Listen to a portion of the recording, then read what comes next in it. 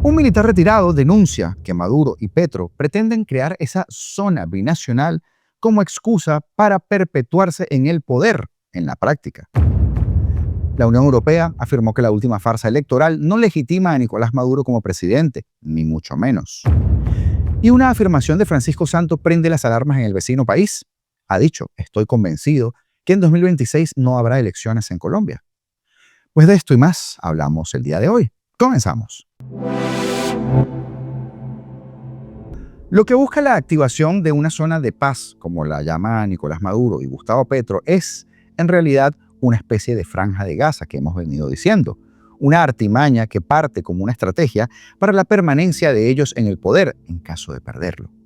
La revolución bolivariana tendría un territorio con focos de violencia, inestabilidad e ingobernabilidad ante un gobierno presuntamente de transición en Venezuela, lo que haría con un sector de la Fuerza Armada radicalizada y con la guerrilla colombiana que no se ha desmovilizado para entonces desestabilizar y buscar la vía más rápida para retomar el poder. Y en esta misma línea, que ya hemos expuesto en este programa, el coronel retirado Antonio María Guevara Fernández se ha expresado ante el reciente anuncio que hizo Nicolás Maduro de la creación de esa zona binacional de paz, unión y desarrollo integral entre Venezuela y Colombia, abarcando, por supuesto, los estados venezolanos Táchira y Zulia, y del lado colombiano el norte de Santander, el Cesar y la Guajira.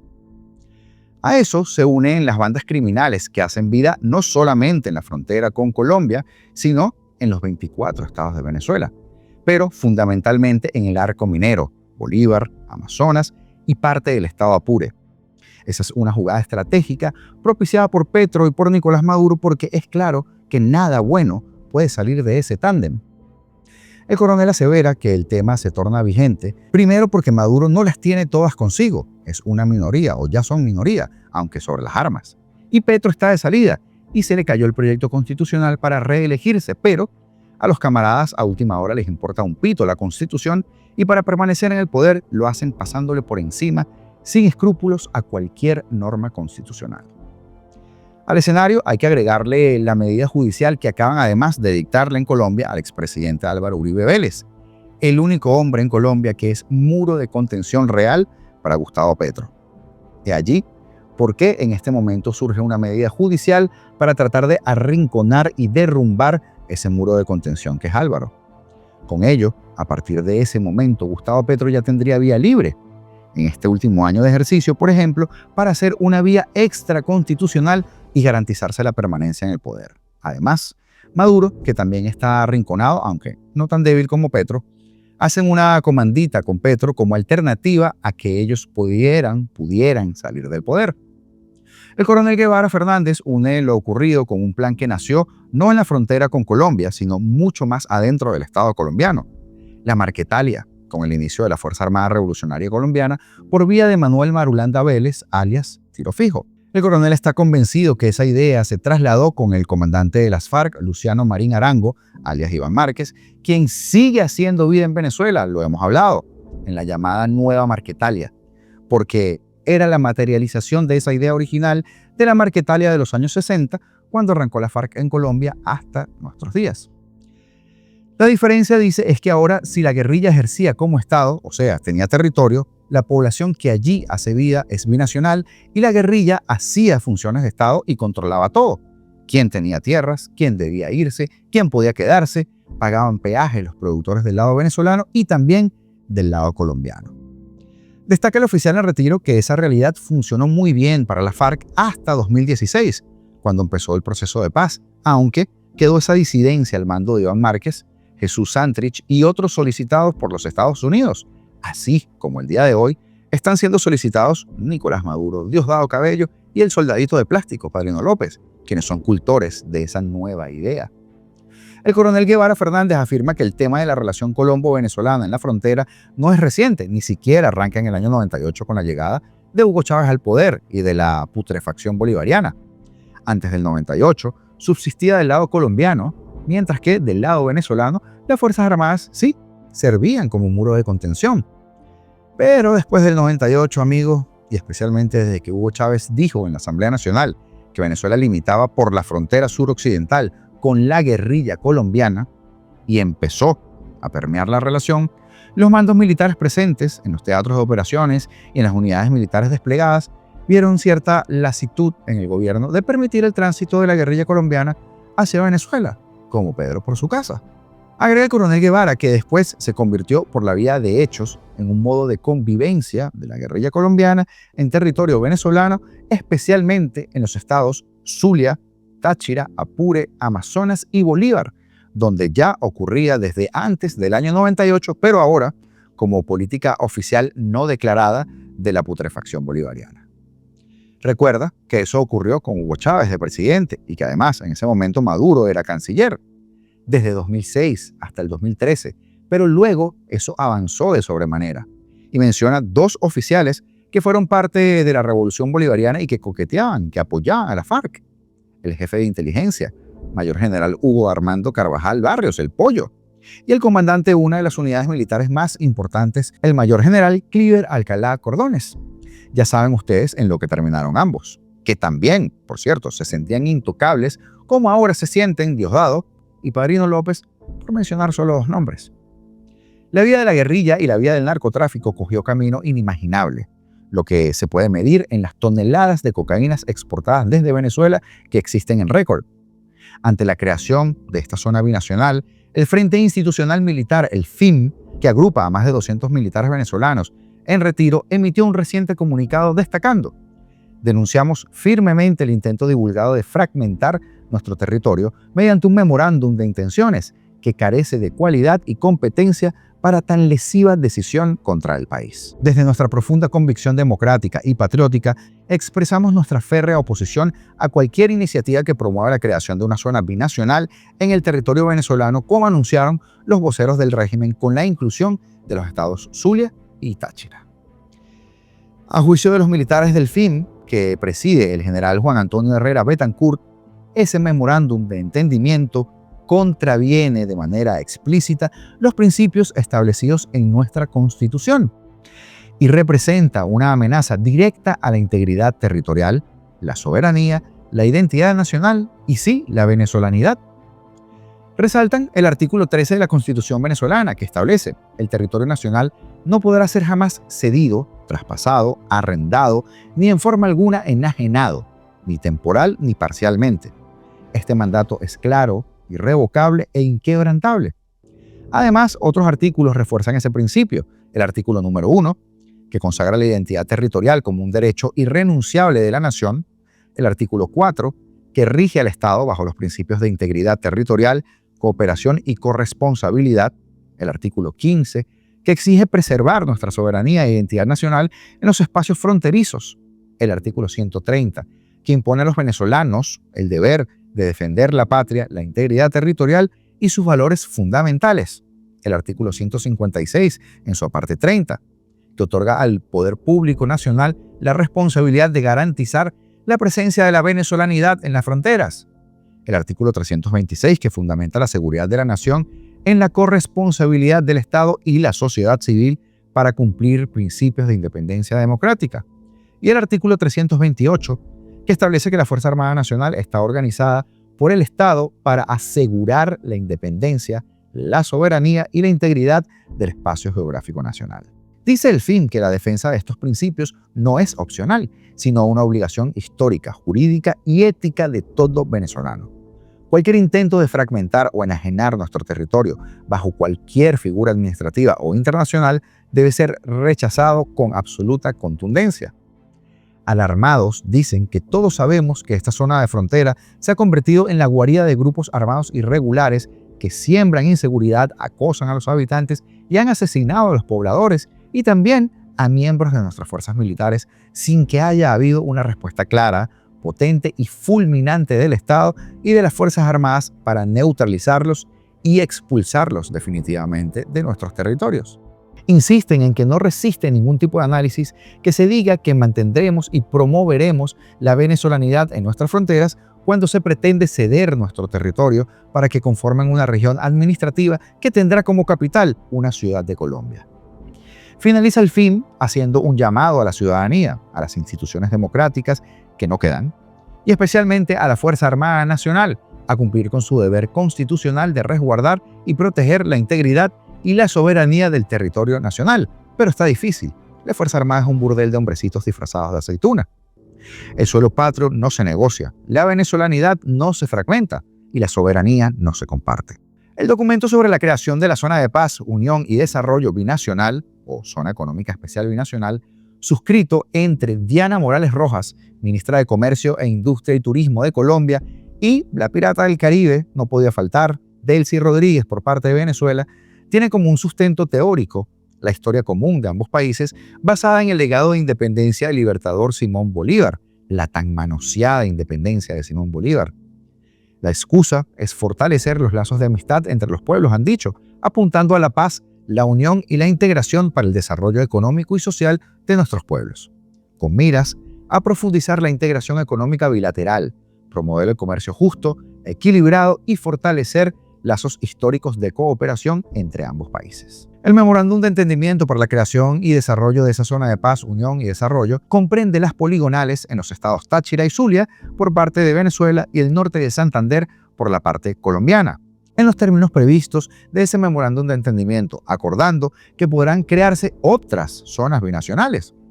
Entre lo propuesto está crear un equipo de trabajo bilateral para elaborar planes de acción anuales y cronogramas de actividades, coordinar el intercambio de información técnica y estadística necesaria para la toma de decisiones, identificar retos, oportunidades y necesidades de ajuste normativo o administrativo. El memorándum establece un marco de cooperación amplia y flexible orientado a consolidar la paz, fortalecer la unión y la integración y el desarrollo económico compartido. Dice que el área geográfica específica de la zona de paz, unión y desarrollo binacional aún está por definirse. Requerirá trabajo técnico conjunto para identificar, delimitar y acordar los sectores y territorios que integrarán esa zona. La cooperación bilateral podrá profundizarse progresivamente en otras áreas, sin excluir temas adicionales que sean identificados como de interés mutuo, o sea, carta abierta, dibujo libre. Las partes podrán intercambiar información relevante sobre estadísticas, políticas sectoriales, investigaciones y estudios técnicos que resulten útiles para fortalecer la potencialidad de la zona de paz, unión y desarrollo binacional. Ese memorándum de entendimiento tendrá una vigencia de 5 años a partir de su fecha de entrada en vigor y se prorrogará automáticamente por periodos iguales. Yo solo digo, esperemos llegar a tiempo para acabar con esto antes de que se cumpla su primera renovación. Y la Unión Europea ha criticado este miércoles el ambiente represivo en las elecciones locales que recién se celebraron en Venezuela, elecciones, subrayando que de ninguna manera legitiman los comicios presidenciales del año pasado en los que el dictador Maduro se proclamó autoganador o se autoproclamó ganador sin presentar las actas que validaran el resultado.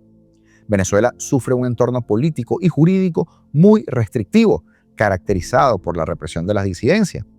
Las autoridades siguen abusando de los poderes del Estado para socavar las garantías democráticas, creando así condiciones desiguales para la oposición, ha señalado un portavoz europeo en respuesta a Europa Press, insistiendo en que las recientes votaciones no legitiman los resultados no verificados de las elecciones presidenciales de 2024. En este sentido, el bloque europeo ha insistido en que Maduro sigue careciendo de la legitimidad de un presidente elegido democráticamente. La Unión Europea no reconoce el resultado de las elecciones de julio del año pasado, aunque también ha evitado reconocer igualmente a Edmundo González Urrutia como presidente electo. En enero de este año aumentó la presión sobre el régimen chavista con una nueva tanda de sanciones ante la falta de un cambio democrático en Caracas. Además, la Unión Europea reitera que las autoridades venezolanas deben poner fin a las detenciones injustas, arbitrarias y liberar a los presos políticos, incluidos los ciudadanos con doble nacionalidad y extranjeros, el último fetiche de Maduro. Además, reconoce la voluntad del pueblo venezolano de avanzar hacia una transición pacífica e inclusiva hacia la democracia y se solidariza con estas aspiraciones democráticas. La Unión Europea seguirá colaborando con todos los venezolanos y con los socios regionales e internacionales para fomentar un diálogo auténtico hacia una transición democrática, recalca el portavoz, apuntalando la línea tradicional de la Unión Europea que pasa por lograr una transición democrática mediante el diálogo entre los actores venezolanos. Maduro celebró lo que consideró una victoria histórica en estos días, en las elecciones municipales, anunciando asimismo que el Partido Socialista Unido de Venezuela, el azul y el rojo, obtuvo 285 alcaldías de un total de 335. Maduro presumió de un proceso ejemplar y anunció que tras los resultados definitivos convoca inmediatamente a un Consejo Federal de Gobierno con todos sus peones, con todos los alcaldes y gobernadores electos para acelerar el financiamiento de proyectos, o sea, a los chavistas azules y a los chavistas rojos, para que comience la fiesta. Y Francisco Santos, ex vicepresidente de Colombia durante el gobierno de Álvaro Uribe, ofreció una entrevista en la que cuestionó duramente la reciente condena contra el expresidente y advirtió sobre lo que considera un proceso sistemático de deterioro institucional bajo el gobierno de Gustavo Petro. No podía ser de otra manera. Según Santos, Colombia atraviesa un momento de alta convulsión política que podría desemboscar en la suspensión de las elecciones presidenciales previstas para 2026. Vaya, grave. Santos afirmó desde el inicio que estaba más convencido que nunca de que el país no llegará a las urnas. Su declaración surge tras la decisión de esa jueza que declaró culpable a Álvaro Uribe en un proceso que calificó de amañado, político y sin sustento jurídico. Y es que, si usted no ha escuchado el discurso de esa tipa, tiene que escucharlo. Para Santos, la sentencia constituye un paso más en la politización de la justicia, un fenómeno que asegura comenzó en el gobierno de Juan Manuel Santos y que hoy alcanza su punto más crítico bajo la administración del guerrillo Petro. El ex vicepresidente detalló que desde el inicio anticipó que el proceso contra Uribe no era jurídico, sino político. Recordó que magistrados de la Corte Suprema abrieron un proceso en su contra meses antes de las elecciones en medio de lo que considera una violación al debido proceso. A su juicio, el nombramiento de fiscales y jueces afines al gobierno confirma que la justicia se ha convertido en un instrumento para perseguir al enemigo. Me suena Venezuela, me suena. Santos acusó directamente al expresidente Juan Manuel Santos de haber cooptado la Corte Constitucional y de utilizar al exfiscal Eduardo Montealegre como cabeza de playa para perseguir jurídicamente a Uribe. Añadió que el actual fiscal, impulsado por el presidente Petro, ha actuado como un Tarek William Saab colombiano, en referencia al fiscal chavista que nos correspondió a nosotros, el del Photoshop. Incluso cuestionó la rapidez con la que la jueza del caso produjo un fallo de más de 1000 páginas, asegurando que eso ya estaba montado y que ella actuó como un simple instrumento. En la entrevista, Santos reveló que ha solicitado a congresistas estadounidenses, particularmente de Florida, que pidan retirar las visas a jueces y fiscales involucrados en el caso. Según dijo, sanciones de este tipo enviarán un mensaje claro que quien se crea por encima de la ley no podrá entrar a Estados Unidos. Recordó que en el pasado se han aplicado medidas similares contra guerrilleros y políticos vinculados al narcotráfico. El golpe en el bolsillo duele más que cualquier otra cosa, subrayó, señalando que muchos de los funcionarios colombianos señalados tienen bienes e intereses en los Estados Unidos, porque son comunistas, pero mira, de la boquita para afuera nada más. Francisco Santos describió lo que considera un plan de 4 pasos diseñado por Petro para permanecer en el poder más allá de 2026. Y vuelvo y repito, grave. El primero es condenar a Uribe. Un mensaje claro: si apoyas a la oposición, te destruyo. El segundo, liberar narcotraficantes mediante el Pacto de la Picota. Santos recordó que el hermano del presidente visitó la cárcel para negociar con capos y advirtió que se prepara una legislación para liberarlos a cambio de apoyo político. Lo tercero es controlar el sistema electoral. Según él, el gobierno ya comenzó a deslegitimar al organismo electoral y a recortar su presupuesto. Me suena. Financiamiento desde el narcotráfico sería el cuarto. En el Catatumbo señaló que gran parte de esos recursos terminan en Venezuela, regresan a Colombia para luego financiar campañas afines al oficialismo.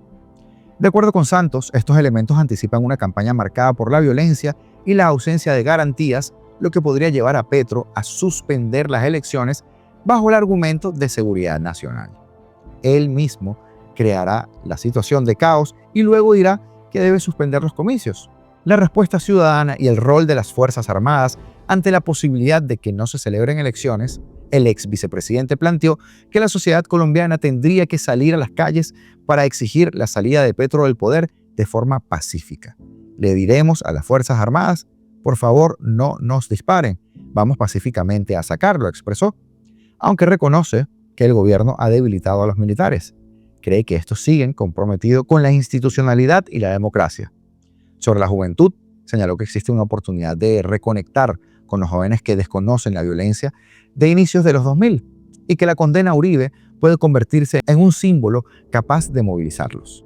Santos reconoció que la oposición enfrenta el reto de unificarse y de ofrecer respuestas claras más allá de simple oposición a Petro.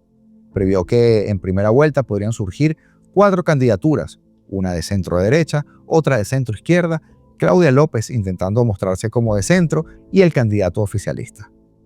Pidió a los líderes opositores vender esperanza y soluciones concretas, criticando que muchos precandidatos carecen de propuestas sólidas reales. También enfatizó la importancia de organizar el voto en el exterior, que podría sumar hasta 1,5 millones de sufragios contra Petro, y de combatir la compra de votos con mecanismos de vigilancia y denuncias virales en redes sociales. Francisco Santos insistió en que Colombia enfrenta un escenario convulso. Ya llevamos un candidato casi asesinado y un expresidente condenado. Es un comienzo terrible. Aún así, sostuvo que lo ocurrido con Uribe podría convertirse en una oportunidad para despertar a la ciudadanía y organizar una oposición que sea mucho más fuerte. Lo que pasó con Uribe nos dio un símbolo. Ahora tenemos que convertir esa victimización en una fuerza capaz de defender la democracia, concluyó. La cosa en Venezuela está muy fea, pero en Colombia no es que esté muy bonita, ¿verdad?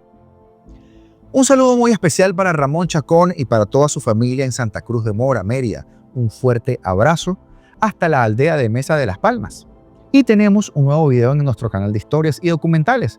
Esta empresa que prometía cambiar el mundo del networking, de las oficinas, y que terminó como un culto corporativo y en bancarrota por un mal líder, un mesías moderno. La historia que no te han contado de WeWork y que ya está disponible en nuestro canal emblemático.